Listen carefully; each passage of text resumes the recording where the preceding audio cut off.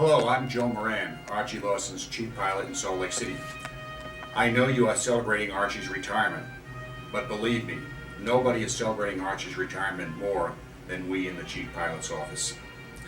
We keep a file on each one of our pilots. It marks milestones in a pilot's career. This is a file of a pilot who just retired last month. This is what we affectionately call the Lawson files. I've taken the liberty of asking a few of the former chief pilots to comment on Archie's retirement. I must state up front that Gary Woodruff and Dewey Gerard have refused to comment. This is on legal advice. Steve Sabota says, and I quote him now, "It's about time." Kurt Bowman, Kurt should really be over that. I'm sorry, I can't go there. John Swift, that's not appropriate also. Obviously, I'm having fun at Archie's expense. Archie and I are former Western pilots. I've known him for over 32 years. I consider him a friend. Archie is a very professional pilot. Archie has become a great mentor to the younger guys. Archie's one of those guys that goes out and does a good job every day without much fuss. Archie, you've done a great job. We're going to miss you. Have a good time.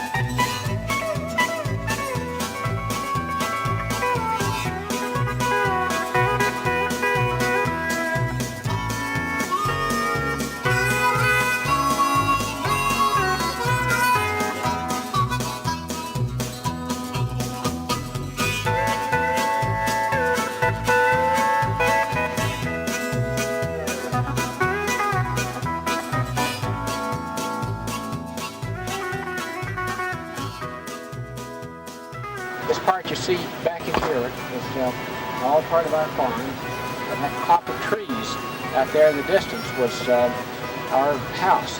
Now that's all been torn down now. There was a little white house, just a little square red box type house with no indoor toilet. It was in the first, second, third, fourth, and fifth grades. Then after the fifth grade, I went out to Green Lawson, which is a little 4-room school. This is a 1-room school. They had 8 grades here, first through the 8th grade. I graduated from Carson Newman College in May of 1962. In the middle of July of 1962, I left Tennessee and went to Pensacola, Florida to join the Navy. And I remember the night I got to Pensacola. I remember walking into the barracks there and checking in, and this big Marine drill sergeant came up to me and said, "Green shirt?" I had a knit green shirt on that night and a pair of regular slacks, and he put his finger in my chest and he said, "Green shirt, I'm going to see to it personally that you don't make it through this program. We want men down here. We don't want boys." And it scared the daylights out of me. And he said, "If you make it through this program, I'm going to do backflips for you." Well, I did make it through the program. I got my commission after 16 weeks. And this drill sergeant came and saluted me. It was a custom to salute all of the people that graduated from pre-flight, and you had to give the guy a silver dollar when he saluted you. That was a Navy custom. And out of the 50 guys, he came and saluted me first. After I finished my pre-flight training and got my commission, I was able to afford a car. So I bought me a car. And I remember shortly after getting back to Pensacola, I was driving around the city of Pensacola with my top down and just having a gay old time, and all of a sudden I heard this siren go off. and this policeman pulled me over. And he walked up to the side of the car and he says, I need to see your driver's license. And so I showed him my driver's license. And he says, well, this is not good enough. He said, I need to see your car registration. And so I showed him the car registration. I couldn't figure out what in the world I'd done because I knew I hadn't been speeding. Yeah, and he looked at the car registration and he said, he started laughing. He said, I didn't think you were old enough to be driving. And here I was driving around in my Navy officer's uniform. Probably in the middle of 1965, August of 65, I guess it was, I took my aircraft commander training and went on my first trip as a plane commander. And we got back and you're waiting to hear whether you passed the check ride or not. And he said, Archie, says, it was a pretty good check ride, but I'm going to pass you under one condition. And I said, what's that? He said, well, if you would ever carry passengers on your airplane here, you've got to promise me that you keep your cockpit door closed so these people can't see you in the back. If they do, you're going to scare them to death with this little kid up there flying their airplane.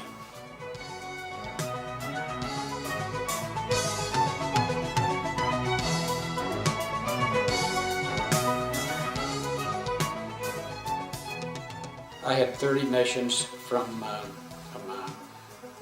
California to Vietnam and back.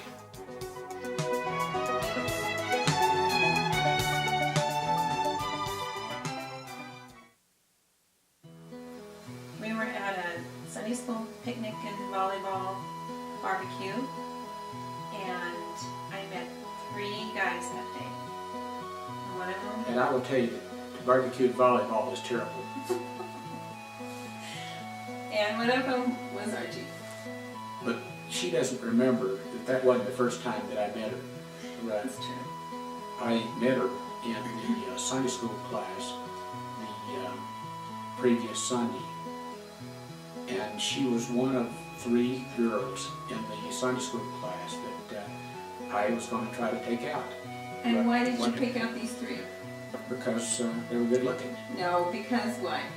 And, because they were short. They were short. They were not giants. So, and they were good looking. And I wouldn't give my phone number to Archie because he kind of came on too strong. When I first met him, he was sitting down with his legs crossed, wearing shorts, and his sunglasses were down over his nose. And he said... She said, I can get somebody with legs better looking than that. And he said, what do you do for a living? And I said, I'm a teacher. I teach 2nd grade. And I said, well, what do you do? And he said, well, I work for Western Airlines. And I said, well, what do you do for Western Airlines? He said, well, I fly for Western Airlines. And I burst out laughing, and I said, now tell me what you really do. And then when he asked me to marry him, he asked me, and I quote, if I would be his live-in interior decorator, the mother of his children, and his wife. Pretty funny, I thought, but it worked. Now we're married August 20th, 1972.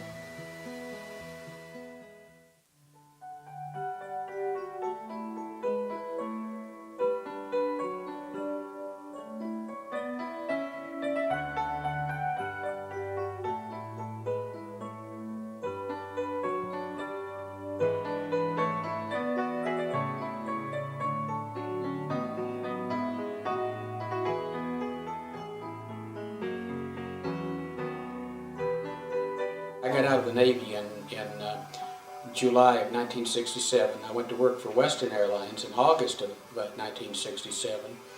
And with Western, I did an awful lot of flying on the West Coast and did a lot of flying out of Los Angeles and San Francisco and Las Vegas.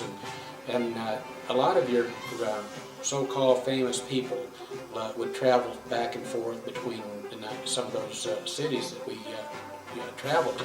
I've had Carol O'Connor, the guy that played Archie Bunker, I've had James Garner. I've had Gene Autry. Yeah, I guess you remember the singing cowboy.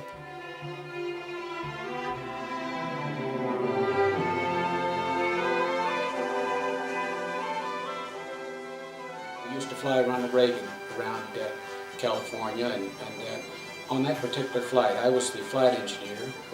I was sitting next to the co-pilot. The captain that I was flying with was on the other side of the airplane. Well, we were the first 3 people to get on the airplane. So the flight attendants had already taken our uniform coats and hung them up in the closet.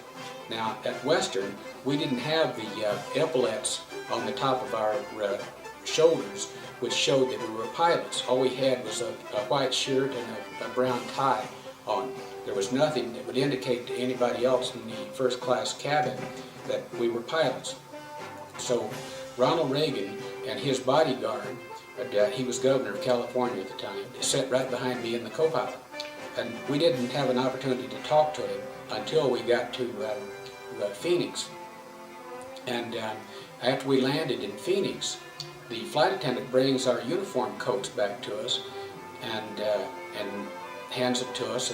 And Ronald Reagan says to me, and the co-pilot says, aren't you people sitting a little far back to be flying this airplane? And what I said to him is, I said, Governor, I said, you'd be amazed at how sophisticated these automatic airplanes are these days. We can fly them from back here. And he burst out laughing.